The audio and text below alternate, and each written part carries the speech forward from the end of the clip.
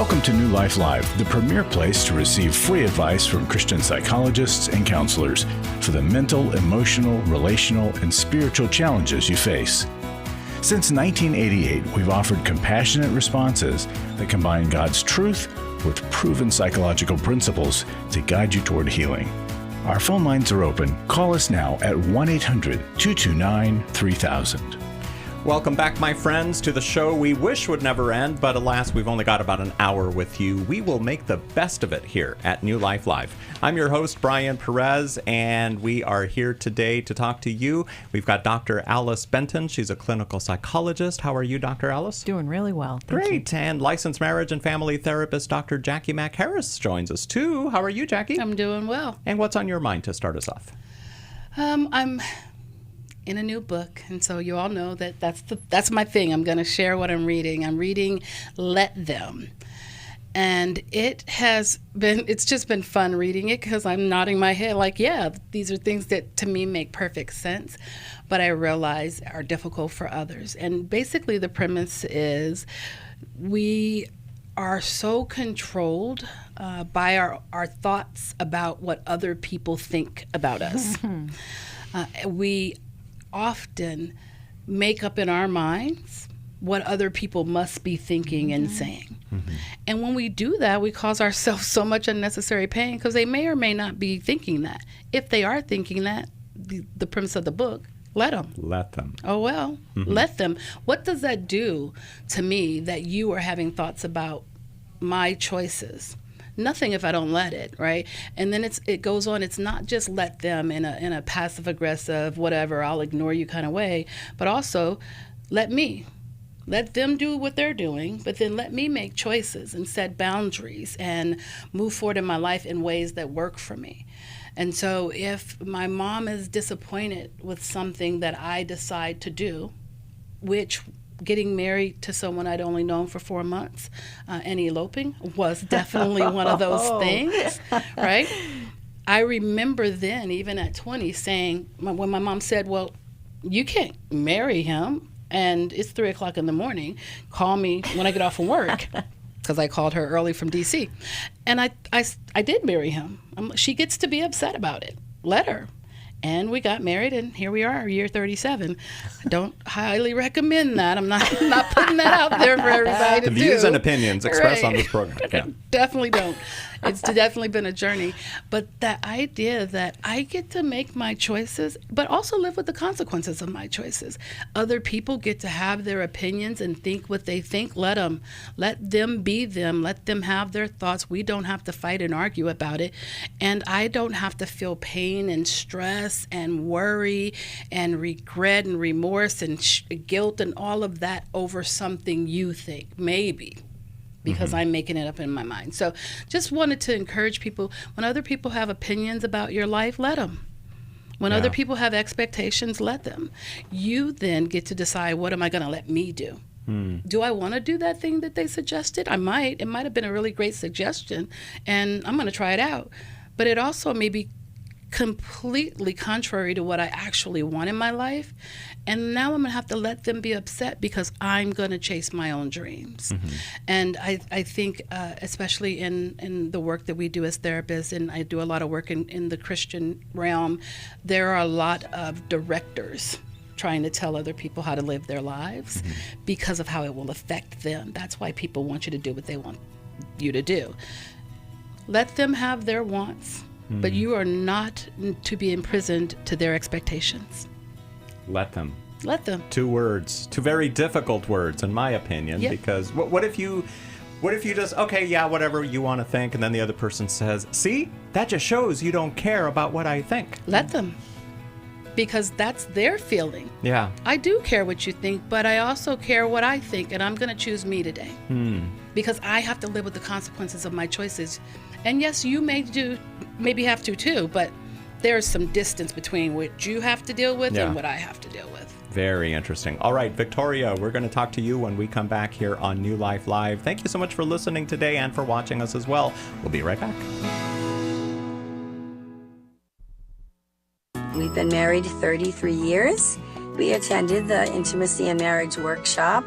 Even though we've read books or attended a few other marriage weekends, this was certainly different and a lot more intensive than initially that we thought. When you come to intimacy in marriage, you're going to be immersed into a 3-day process. Was not really sure exactly what to expect, but the idea of learning to really understand intimacy was intriguing. We had been in the same patterns of struggle over and over again. If you've thought, I don't think we can ever change, we're just in this rut and we can't get out, the Intimacy in Marriage Workshop can help you get out of the rut. The Intimacy in Marriage Weekend is July 25th to the 27th in Washington, D.C. Register online at newlife.com or call 1-800-NEW-LIFE and use the discount code NLL to save $50. 1-800-639-5433. I would highly recommend it.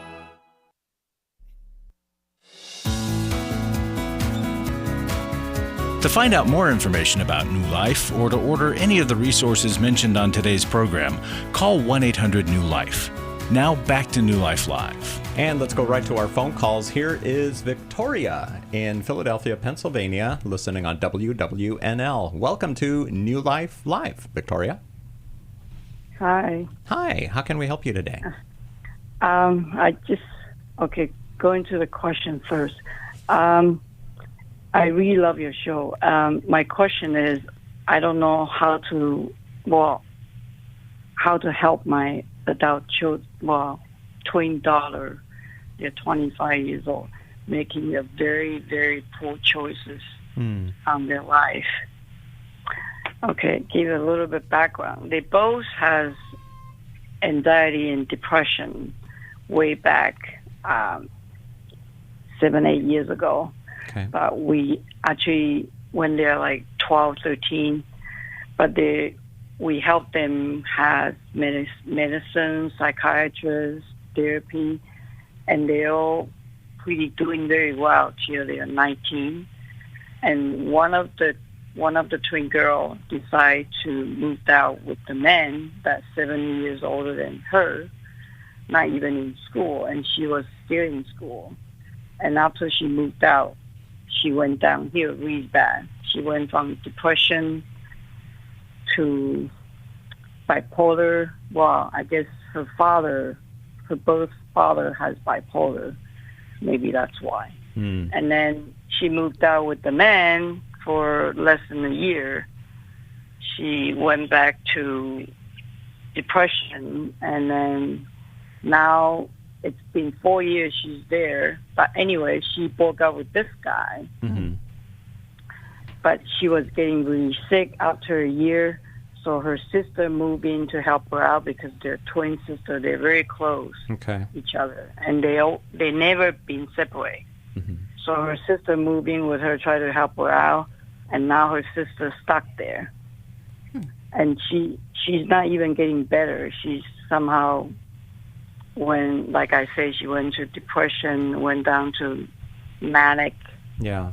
Alice? And Victoria, how do you want to help them? What do you wish you could do? And what have they asked for from you, if anything? What she does ask me this year, last year, that her OCD is really bugging her because her OCD, her stretching her neck is really bad.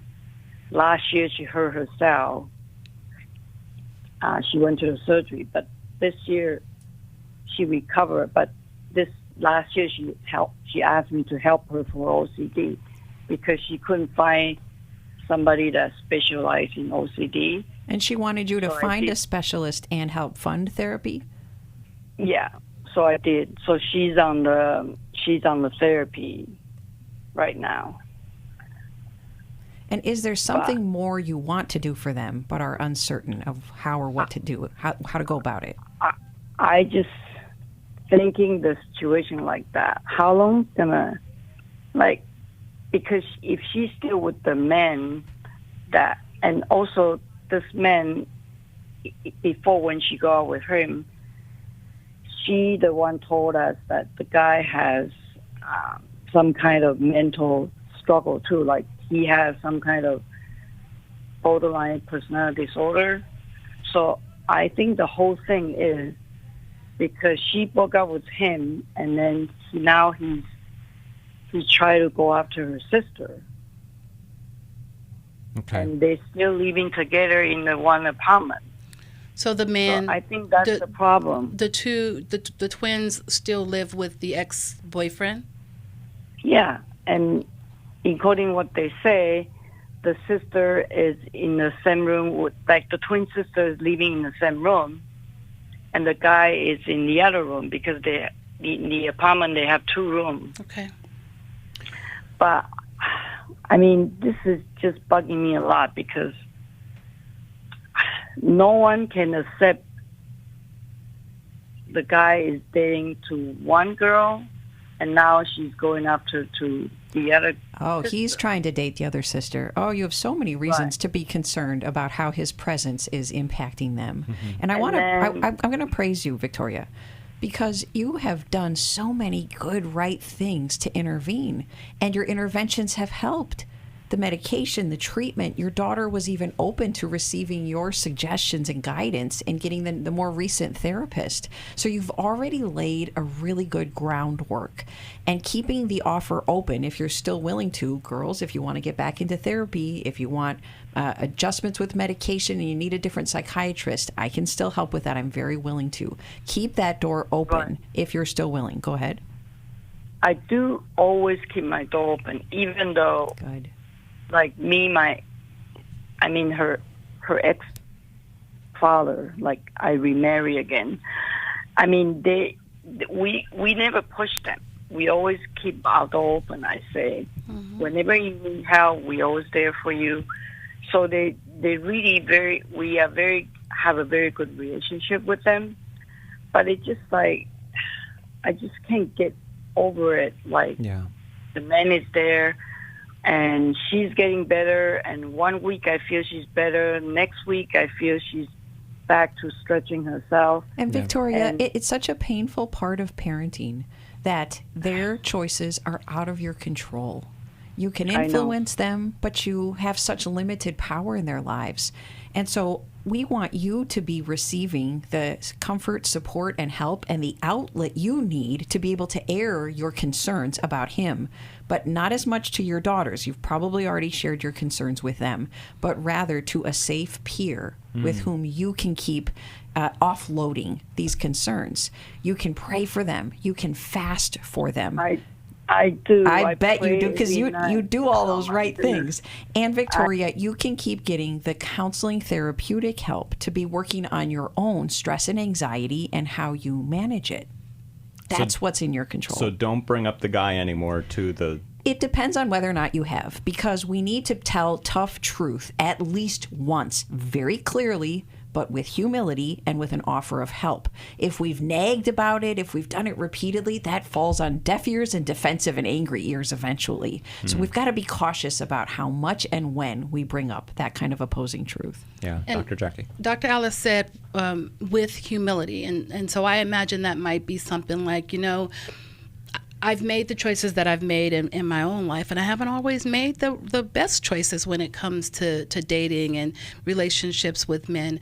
And I just would like to share with you some of my own experience, and hopefully you can make better choices than I did. And here's what I see here, and here's what I think might happen. And once you've shared that, one, you've said, I'm not perfect. I'm not saying that I'm perfect. I've made bad choices too, but, be original, make new mistakes. You don't have to make the same mistakes I made. Be transparent to where it's appropriate, and I think that then you've done it. You've said it. You've given them your truth about this difficult situation, and I agree with Dr. Alice that we say it once and we don't need to keep harping on it because they're living it. They do know it. But when someone from the outside says it, sometimes that does have more weight. And sometimes it doesn't change anything because a lot of times people feel very stuck in their living situations. And I don't know that there's anything more you can do for her other than what you're doing for her. But I do think there's something you could do for you, and I agree with Dr. Alice, you being in your own counseling to be able to process what this is like for you, and that your children have been dealing with depression for the majority of their lives. That also makes me think you might deal with depression and anxiety, or another parent does. And so you and maybe your husband even being in your own therapy could be really beneficial. It would give you a place to air this out, talk it out, get all the hard stuff out with somebody else, and so it's not going to damage your relationship with the girls.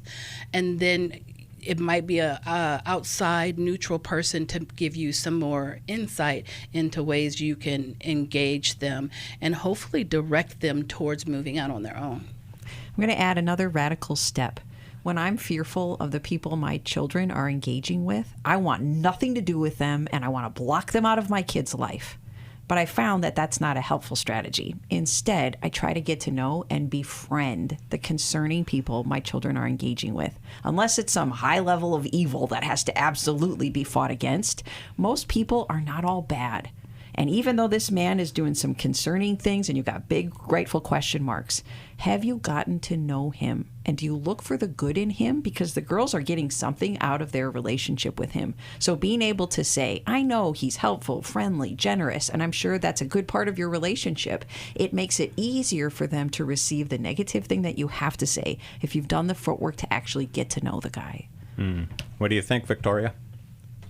We do. In the beginning, we do try to know the guy, but after maybe like the first year, but he doesn't even want to see us anymore because I don't know. He probably know that because the way he does things, then he's dating her, and then now he's going to her.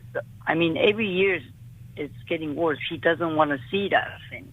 Yeah. He doesn't. Like the girl see us. The girl come home every couple of weeks, every 3 or 4 weeks, and stay with us. I mean, they're being home very often. Mm-hmm. That's a really good sign that the bond is strong, because they keep coming back to you. So I think we're really settling down on keep doing what you're doing and make sure you're getting enough help for your own heart. What resource should we send to Victoria from the newlife.com store? Yeah, Doing Life with Your Adult Children. That's a good one. Doing Life with Your Adult Children. Victoria, stay on the phone, and we'll send that out to you. Jack in La Habra, California, you are next on New Life Live. Thank you for listening to us on KKLA. Hi. How you guys doing? Doing well, Jack. Thank you for taking my call. I'm going to try to make this simple as possible regarding my. I look for feedback from you both, and I appreciate it. Both of my wife were believers, where we got together later in life, but she passed, and ever since then, I've been dealing with my grief. I'm not calling for my grief, but I am calling for 3 specific things regarding her passing. I may be talking pretty good right now, but inside, I know I've been dealing with complex disabled grief, but here's what I've been dealing on top of that, and here's what I wish to get from you guys. Okay. When she passed, there's been 3 answers I've been able to find out. What did she have, her diagnosis? We were together for 7 years. I don't know her diagnosis. Second, the symptoms that were repetitive were each time we went to the hospital where she got admitted. During our 7 years, she got admitted 7 times, all for the same symptoms. But on the prior 6, she would get released, okay? Then when she got admitted on the 7th, we all thought, okay, we've been to this before, and she'll be released. Well, that didn't happen. She passed, but my third question, not my third question, but the third thing I've been dealing with is she was fine for 5 days, and I was with her and her family. And then 4 days, and the 5th day she went on the ventilator, and by the 6th day she was gone. I don't know why she had a turn, but again, like I said, I've been struggling with those 3 unknown answers. What did she have all along? what was the relationship of these symptoms that I saw her experience? And then number 3, why did she have a sudden change? I was not put the guardian of her. She listed her son. Mm-hmm. And I thought after that first year and a half that I would get, some information from her family or children, but that didn't transpire. Oh. And since then, I wrestle with it. Yeah. I may sound like I'm doing good right now, but since I'm a God guy, I listen to 99.5 and the greats like Billy Graham, Billy Rutherford, Robert Jeffress, mm-hmm. and all the books from Dr. Dobson. Mm-hmm. I want to know if I'm going about it the right way, of how I'm dealing with it, but because I toss and turn, that's all. Yeah, okay. Well, Jack, stay on the line. We're coming up to a break, so we'll continue our conversation when we come back with you here on New Life Live. Thank you for calling in today, and thank you for listening on 99.5 KKLA. Great station. We get so many calls from KKLA, and we're so grateful for the service that you guys offer there. We will be right back here on New Life Live.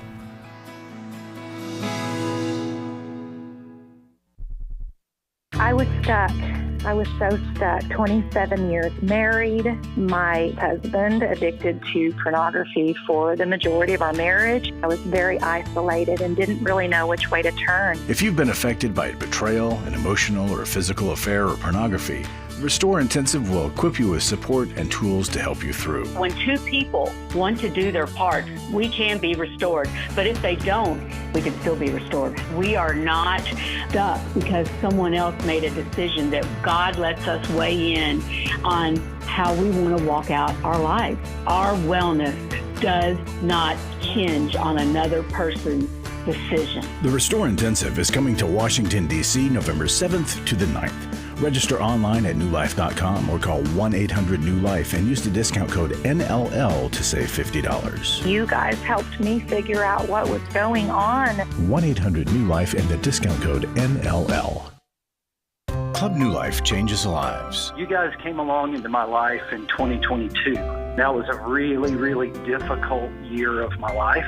You can help New Life Ministries provide Christ-centered hope and counseling resources to thousands of people by joining Club New Life today. I began to really process a lot of things that I've needed to for a long time, and y'all were a very big part of that. When you sign up to support us monthly through Club New Life, you'll make a difference in the lives of individuals and families with godly counsel and connection to help. I came out of it having never experienced anything like that, and y'all were there. Join today and help continue the message of hope to a troubled world. I knew I had to keep going, and I joined Club New Life, and y'all have been the resource that has now been a light for my wife and I. Go to newlife.com/CNL, and together we can help hurting people find help and hope in life's hardest places. Keep doing what you do because it makes a difference. newlife.com/CNL.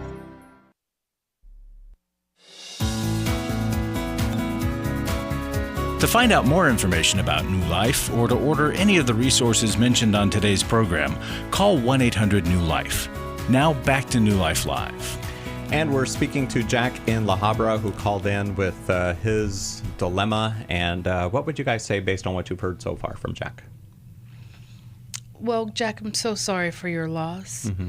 I'm curious as to the family dynamic and why family wouldn't share the diagnosis. I'm also curious as to why her son was guardian and not husband, because typically the next of kin is the spouse if there is a medical emergency. And so there's just other questions that I have that I don't really understand, and which is where he is. He doesn't understand why this is all happening, and he's in prolonged grief. I wonder also if he's in therapy. I think maybe a life recovery group could be helpful for him, and the grief recovery workbook.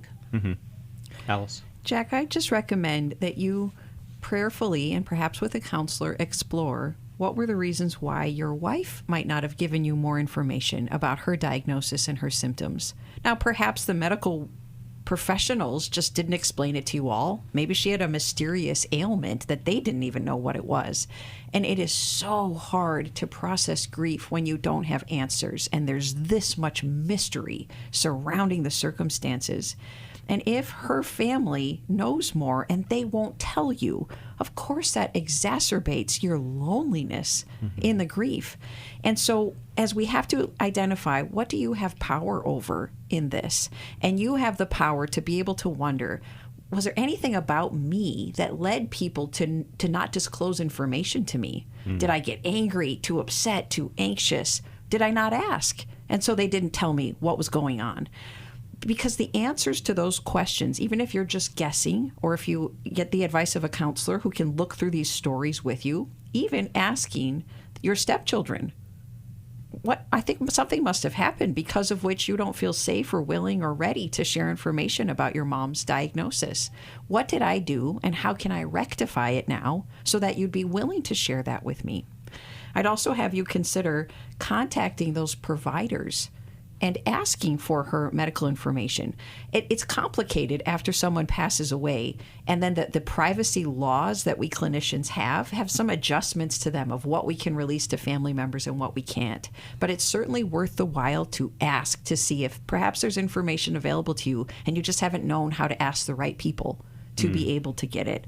But in therapy, it's always most helpful to look at what was my role that may have led to these results. And lastly, because we have questions that we won't know the answers to until the other side, until we get to heaven, we have to enter into a process of lamenting the lack of answers, letting go of our right to know.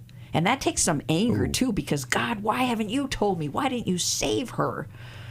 And so being able to get angry with a counselor helps us to then release it so that we stop striving for those answers and come to an acceptance of, I just won't get all these answers in this lifetime. Yeah, I like that acceptance part. I think that this is a case in which you're really going to need radical acceptance, Jack, because she's not here. There's no way to get that information. But I did have the thought that generally on a death certificate is the cause of death. And so as husband, I would think you would have gotten a copy of the death certificate. And if not, maybe a family member would be willing to give you a copy.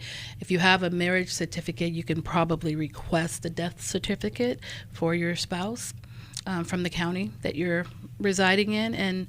And then I also agree with what Dr. Alice said. Lamenting the lack of information, lamenting the what you don't know. It's what I was saying at the top of the show about let them, right? Sometimes we just have to let things go because we don't have control over it. We have to conserve that energy for the things we do have power and control over, which is looking at self. What could I have done different? What do I need to learn from this and take away from this? And then grieving the loss of control, loss of your spouse, loss of those other relationship dynamics if they've pulled away from you, and really just allowing yourself to move through the grief, not stay stuck in it. That's so difficult to, like you said, Alice, letting go of your right to know. It's just, I mean, here's Jacqui just wants answers. So we obviously can't answer the 3 questions that he has for us because we don't know what happened. But I guess just helping him to realize he may never get the answers, as sad as that might be. We can maybe tell him, and we have, how you can reach out to the family and maybe they can provide you with some information. But there's that possibility that he won't get the answers that he wants. But it's something he has to live with, unfortunately. As most of us do, right? Yeah. There are often times where things happen in our life and we don't know why. Yeah. You have a disagreement with someone, or someone is unkind to you, or takes something from you, or betrays you in some way, and you want to know, you want answers, because I think people believe that those answers will heal the pain. They won't. Knowing isn't going to make it feel better that she's gone. And sometimes the additional information also just heaps on more pain. And if that's what we're going for, is in easing the pain, then lean into the grief, cry, journal, lament, talk to people, let it out so that you can release it. Yeah. Alice? An eventual strategy to use, Jack, is thought replacement. So when it's why, Lord, I give the whys to you, and I'm just going to trust in your divine will, replacing it with prayer is a powerful way to fight back against the unending whys. Jack, thank you for calling us today here on New Life Live. We'll find a resource to send you from the newlife.com store. And when we come back from the break, we will go to Birmingham, Alabama, and speak with Lee, who is listening to us on newlife.com. Thank you so much for listening today, and thank you for watching us as well here on New Life Live. I was sort of vaguely familiar that the 12 steps had some origination in the Bible. I found Life Recovery, and one of the things I liked so much was that it had such a broad appeal. It wasn't limited to just alcohol or drugs, that it was addressing a wide range of problems. At New Life, we believe everyone can benefit from a life recovery experience. There are life recovery groups all over the country. They take place online, in conference calls, and in person. And if there isn't one in your area, we can help you start one. We have startup materials, leaders' guides, CDs, Bibles, and more, all with discounts available for groups. Call us at 1-800-NEW-LIFE and ask for Terry Ward. The 12 Steps have long been a great help to people in recovery because much of the 12 Steps' power comes from the fact that they capture principles clearly revealed in the Bible. The 12 steps is really a pattern for all of us as Christians. Call 1-800-NEW-LIFE. That's 1-800-639-5433. Do you need help for life's hard situations? My husband recently said he wanted a divorce. I'm confused on what I should do. I have an eating disorder. New Life Live answers your questions on relationships, grief, addiction, trauma, anxiety, and much more, all from a biblical perspective with our panel of professional counselors and psychologists. I learn a lot from your program. You help so many people. I appreciate your ministry. Whether you listen or watch, there are so many ways to connect with us to ask our panel of counselors a question. Call us Monday through Wednesday at 1 p.m. Eastern, 10 a.m. Pacific at 1-800-229-3000 to ask your question on New Life Live. Or go to newlife.com/radio for other ways to get your question answered. I'm trying to find help. I just want to know how to set boundaries. If it's a sin, what am I supposed to do? Need a therapist or a coach, a resource, or an intensive? Call us at 1-800-NEW-LIFE. That's 1-800-639-5433. 1-800-NEW-LIFE.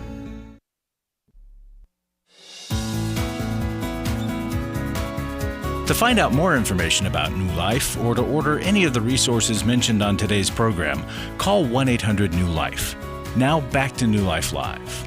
You are what you think. That is true. It's also the title of a book that we have available in the newlife.com store. And Jack, we're going to send you a copy of that book just for calling in today to New Life Live. We're now going to go to Lee, who is in Birmingham, Alabama, listening on newlife.com. Hi, Lee. Hey. Hey. Thanks for calling in today. Sure. How can we help you? Thank you for taking my call. Of course. Well, I have my oldest child, my son, of 5 children. He will soon be 65. And his third wife just divorced him and left him. And he retired from his job, or he quit. We're not sure. The family's very tight, and we all want to help him. He has gotten involved in several scams. He says all these women are crazy about him, and he just likes to talk to them and stuff, but he denies sending them money. But I believe he has sent them these gift cards because apparently they're untraceable. So if you send the gift cards, the FBI or whoever it is cannot trace you. Well, he just is in La La Land. He denies that he, well, for instance, it's ridiculous, and he's very educated. He's very intelligent. He's a good man. He's a good Christian man. Mm-hmm. He goes to church regularly. He is a nurse, a registered nurse. And he just has been vulnerable and taken in by these women. He's sold, or they may not be women at all. We know that. Right. But now, Lee, why did his third marriage end, and what happened to the other 2 marriages? Well, unfortunately, I was married to his father for 13 years, and it was very dysfunctional. Out of 5 children, my 2 oldest children are the most dysfunctional. They were in the relationship. And he's had a lot of rejection, and he had a lot of anger that he would take out on the wives. Never abusive physically, but verbally. Mm-hmm. And he's a great person. He's a great son, but he's not a good husband. Mm. And he's just got a lot of baggage. Yeah. A lot of baggage. So how can we help you today? I want to know, since he's in such denial, and apparently there is a diagnosis for this, which I cannot remember, but it's like delusional thoughts and things that, one of his so-called girls is her father is the King of Spain, and she is a princess, and she's in the army and in the military, and she calls him. The dad calls him 2 or 3 times a week, and the dad calls him. The supposed dad calls him. Yeah, he called and offered his daughter's hand in marriage to my son if he wanted it. Man. And then my son, you'd never know this if you sat down and had a conversation with him. You'd never know he's cuckoo. He's just acting cuckoo. Well, what I think could be happening is that he's lonely and a bit confused. Yeah. And he's been taken in by these groups that absolutely scam people, and it's really sad and scary. Yes, because he sold his car, his furniture. He's almost destitute, and he has borrowed a lot of money from us in the past, and we just trusted him explicitly. He's just a great guy, and but something broke when she left. I don't know. Did something break when she left, or was something broken that's why she left? Well, both. And I heard you say a few times he's such a great guy. He's a good Christian man. He's not a street person or a alcoholic or a drug addict. Right. But even those people are great people. Right? We're not all bad, right? But we tend to judge what makes someone bad and makes someone good based on our own worldview and experience. And he's your son. Of course you love him. You see the best in him. You see the good in him. But he's problematic in relationship, right? And so, and sometimes I think we do people a disservice when we hype them up too much, because the reality is he's a person, good, bad, or indifferent. He's a person with some brokenness, and his brokenness causes pain for other people, and that doesn't necessarily make him a good guy, good son, good husband, good man, good Christian, good anything. It just makes him a person. And as a person, he needs a lot of help. And I would, as a mom of adult children, the first help I would give is I wouldn't give him any more money. No, absolutely. I would absolutely not give him any more money or anything that functioned like money, being food or helping him pay for other things, because then he can take the money he has and buy gift cards to send to this king in Spain so that he can have his daughter, right? Whatever the stories are that are being told, it is meeting some need in him. I would advise him to get into therapy, and I would maybe invite him to my therapy, right? Like, you get into therapy, meet with a therapist, and ask him to come in for a collateral session or a family therapy session, and so that he can hear from someone other than you, and then maybe that can get him going. That's a great idea. Yeah, so, but you would need to be in your own therapy and processing how this is impacting you, and then you and your therapist invite him in. Correct. Alice? Well, can I ask a go ahead, question? Lee. For myself, he's got his house for sale, so we're all concerned what he's going to do with his equity when he gets that equity. And legally, we've already seen an attorney. There's not anything that we can do at this stage. I'm going to confront him, of course, in a loving way, that I would like for him to be evaluated.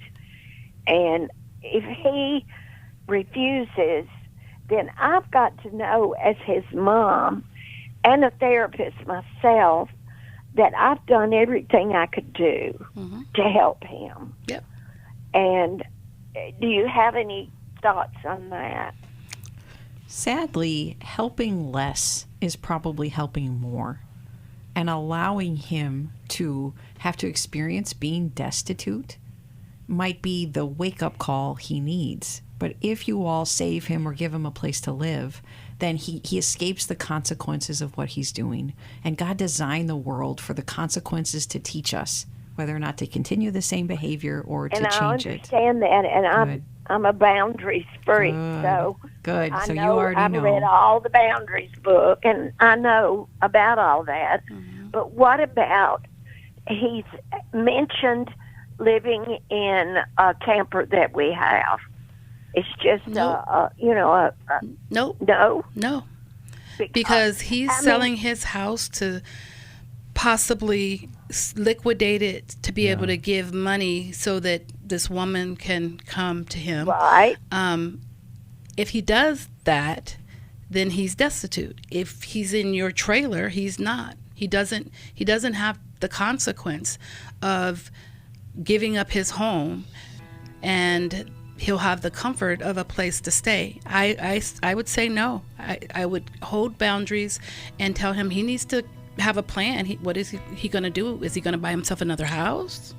And Lee needs to tell him this now, not after because he could still take the house off the market. Yep. Yeah. There's something called erottomania, which is a delusional disorder, and it may be part of what your son is experiencing, and I want to share more about that after the break. Okay, we'll do that. Lee, thanks for calling in today. We're also going to find a resource from the newlife.com store to send to you. We have lots of resources, by the way, in our newlife.com video library. So many topics that you can watch through or select and watch through and share with your friends, people that you know are hurting and who need the kind of advice that we give here on New Life Live. We will be back in just a moment on New Life Live.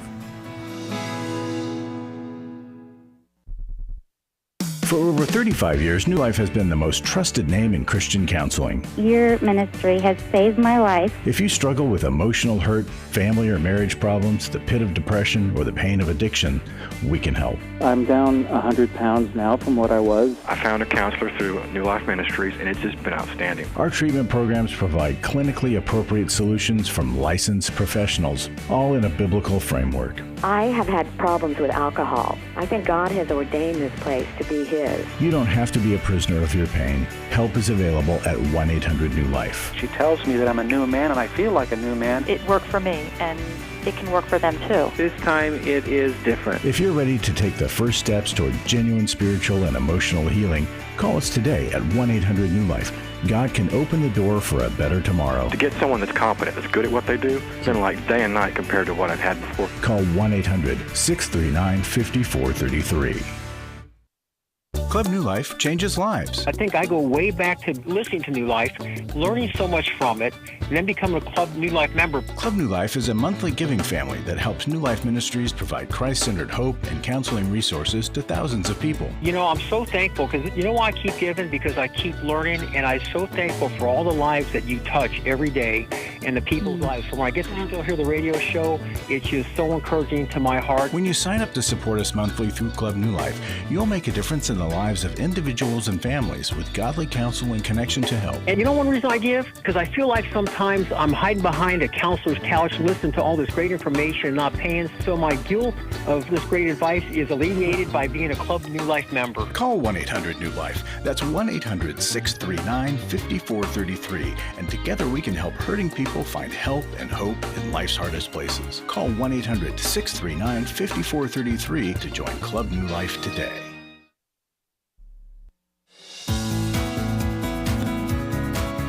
To find out more information about New Life or to order any of the resources mentioned on today's program, call 1-800-NEW-LIFE. Now back to New Life Live. And Dr. Alice Benton, you wanted to mention something to Lee about something called, what is it again? Erottomania. Okay. And it's a delusional disorder that a person, usually of influence, is in love with you. And so you can build up this whole belief that that person is contacting you, wants to marry you. And if your son has a diagnosis and has seen a provider in the past, I would recommend you contact that provider. I know you talk to an attorney, but there's something called a conservatorship where an adult is so disabled by their mental health disorder that they cannot care for themselves and their finances. And so look into that a little bit more. I'd also have you contact Adult Protective Services because an evaluation could be conducted to determine if your son needs to be involuntarily either hospitalized or required to receive services for his own good.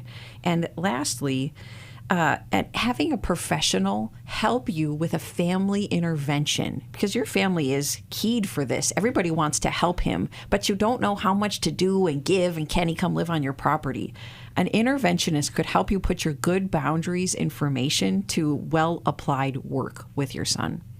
And Lee, we're going to send you a copy of the book, Doing Life with Your Adult Children. Thank you for calling in today to New Life Live. Let's go to Marie in San Dimas, California, listening on 99.5 KKLA. Hi, Marie. Hi, thank you for taking my call. Hi, just a question about unresolved trauma. I haven't wanted to deal with trauma, and I was wondering, what are the signs, symptoms that come out? I remember having a mother that was not emotionally stable, and I used to bite my nails and pick my sores and do all kinds of things scared, and then she'd put like mercurochrome on them to stop me from biting, and I just never got any kind of resolution from trauma, and I think there's things that I don't even remember. You know, I remember her crying and having fits and going, I'm running away and I'm never coming back, and her hiding in the garage and crying. And I didn't think that affected me, but now, because I was such a people pleaser growing up, I now find like I'm taking offense at everything, and that's not normal. Like, I mean, I try not to show it, but I just wondering, with your guys' expertise, what should somebody like me that never had a voice of my own, if I had my own opinion, it was wrong if it didn't coincide with her opinion? You were just an extension of her. I guess so. Yeah. And I have you ever done therapy for yourself? I would quit, and I don't think I was ready. Yeah. I think there's things that I just don't want to. I don't remember a lot of my childhood. My mom and dad loved us very much, you know, but it was dysfunctional in a way that they were both emotionally distant. Yeah. And even when our parents love us very much and are emotionally available, we still make mistakes, and those mistakes can leave an imprint that causes a lot of pain.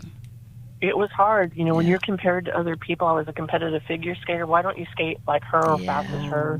If I was little and just drawing, minding my own business, she'd come up behind me and say, well, your cousin Michelle has all the drawing talent. And I was just devastated, and I'm letting it get to me, and I shouldn't. How do you resolve it? That's what I'm saying. Because I know there's a lot of people that have this. There's no short answer. You've got a lot of work to do. You've got our body holds on to experience. There's a book called The Body Keeps the Score that talks all about that. You are probably in fight, flight, freeze, and very sensitive and heightened, and there's probably things that are going on in the world, in your life, on your job, in your family, that are making that even more pronounced.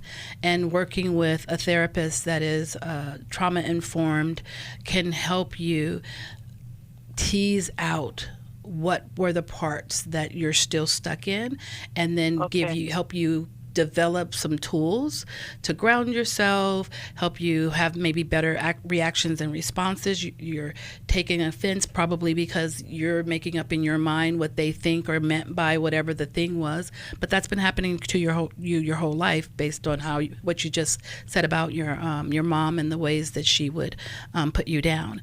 And so my recommendation would be to find a therapist. Let us help you find a therapist in your area, and so that you can get started on doing this trauma work, because it sounds like now you're ready. Is your mom still around, Marie? No, she passed away at 92. And how long ago? 10 years ago. Okay. And I feel, can I ask you guys another question? Do you get Arrested Development when you grow up like that? I feel like I was a child inside. There's things that I should have been way ahead of that I wasn't, and I didn't realize it. You can. We can get Arrested Development from an illness, from trauma in the family, and we all carry this system around inside of us. And so there may still be a young part of you that is stuck and struggling, and that part might show up for you.